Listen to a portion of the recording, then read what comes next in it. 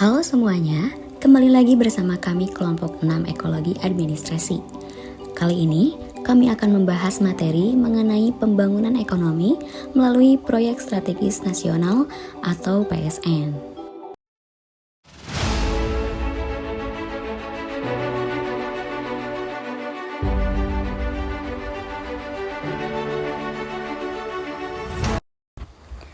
Pembangunan ekonomi adalah suatu proses kenaikan pendapatan total dan pendapatan per kapita dengan memperhitungkan adanya pertambahan penduduk dan disertai dengan perubahan fundamental dalam struktur ekonomi suatu negara dan pemerataan pendapatan bagi penduduk suatu negara.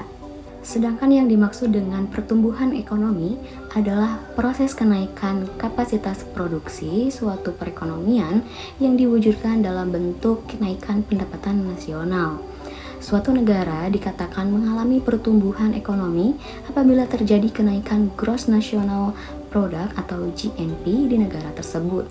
Adanya pertumbuhan ekonomi merupakan indikasi keberhasilan pembangunan ekonomi. Salah satu program pembangunan ekonomi yang diimplementasikan oleh pemerintah adalah Proyek Strategis Nasional atau PSN. PSN mencakup 14 multisektor dan 12 program prioritas yang tidak hanya terfokus pada pembangunan infrastruktur fisik, namun juga memastikan peningkatan pemerataan ekonomi, penyediaan pangan, pengembangan pembatasan, teknologi, hingga pendidikan. Adapun dasar hukum PSN adalah Peraturan Presiden Nomor 109 Tahun 2020 tentang perubahan Perpres Nomor 3 Tahun 2016 tentang percepatan proyek strategis nasional. Proyek Strategis Nasional atau biasa disebut dengan PSN merupakan serangkai program dan proyek yang dilaksanakan oleh pemerintah untuk memajukan pembangunan infrastruktur dan ekonomi di seluruh wilayah Indonesia. Adapun beberapa program yang termasuk dalam PSN adalah pembangunan infrastruktur. Adapun pembangunan infrastruktur fisik seperti jalan tol, pelabuhan, kereta api, bandara, bendungan, energi listrik, dan telekomunikasi. Tujuan dari program ini adalah untuk meningkatkan konektivitas dan aksesibilitas di seluruh wilayah Indonesia. Yang kedua, peningkatan pemerataan ekonomi. PSN juga bertujuan untuk memeratakan pembangunan ekonomi di seluruh wilayah Indonesia. Program ini mencakup pengembangan daerah-daerah yang sebelumnya kurang berkembang, sehingga menciptakan kesempatan ekonomi baru dan mengurangi kesenjangan antar wilayah. Yang ketiga, pengembangan teknologi. PSN melibatkan pengembangan teknologi di berbagai sektor yang bertujuan untuk meningkatkan inovasi dan daya saing Indonesia di tingkat global. Yang keempat, pendidikan di Indonesia. PSN juga mencakup program pendidikan yang bertujuan untuk meningkatkan akses dan kualitas pendidikan di seluruh Indonesia, sehingga menciptakan sumber daya manusia yang berkualitas dan siap bersaing di era global. Materi selanjutnya mengenai manfaat ekonomi masa sekarang. Pembangunan ekonomi melalui Proyek Strategis Nasional atau PSN memiliki beberapa manfaat penting untuk masa sekarang. Berikut adalah beberapa manfaatnya. Yang pertama, meningkatkan aktivitas ekonomi. Pembangunan PSN dapat meningkatkan aktivitas ekonomi di berbagai wilayah di Indonesia. Yang kedua, menangani ketimpangan wilayah. PSN dapat membantu menangani ketimpangan wilayah dengan mengembangkan infrastruktur di daerah-daerah yang kurang berkembang. Yang ketiga, mendorong pertumbuhan ekonomi nasional. PSN menjadi dasar dalam pembangunan ekonomi berbasis pengembangan wilayah, khususnya transformasi infrastruktur yang dapat mendorong pertumbuhan ekonomi nasional. Yang keempat, menciptakan lapangan kerja.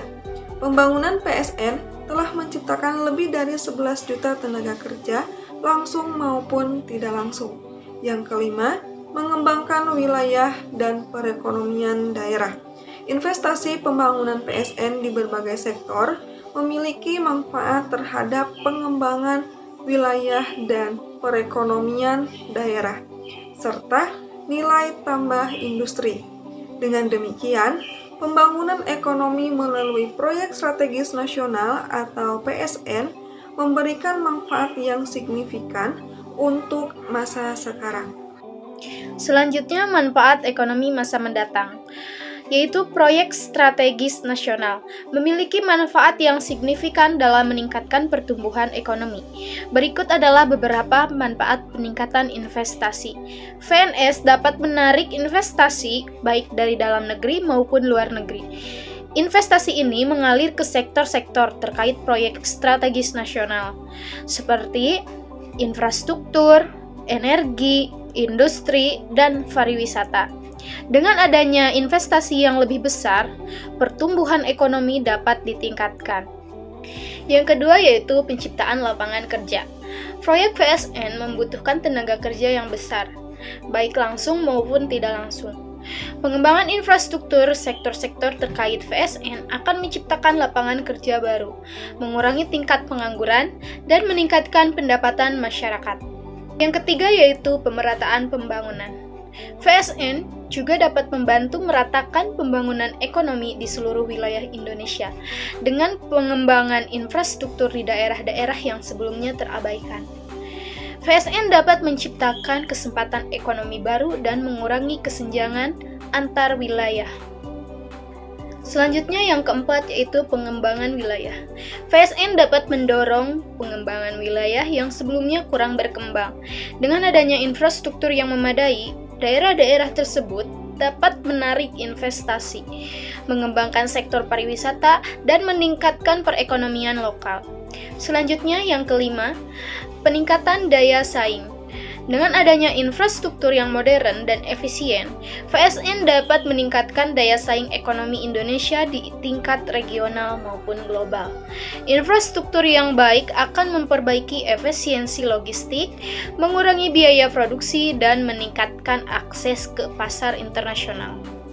Kesimpulannya adalah, program ekonomi PSN memiliki tujuan mempercepat pembangunan infrastruktur, meningkatkan kualitas sumber daya manusia, mendorong investasi, dan melakukan reformasi birokrasi. Contohnya program termasuk pembangunan infrastruktur, peningkatan kualitas pendidikan, dan informasi birokrasi. Manfaatnya antara lain peningkatan akses terhadap infrastruktur yang lebih baik, peningkatan investasi, dan efisiensi birokrasi. Untuk masa depan, program ini diharapkan dapat meningkatkan daya saing ekonomi nasional, kualitas sumber daya manusia, dan infrastruktur yang mendukung pertumbuhan ekonomi.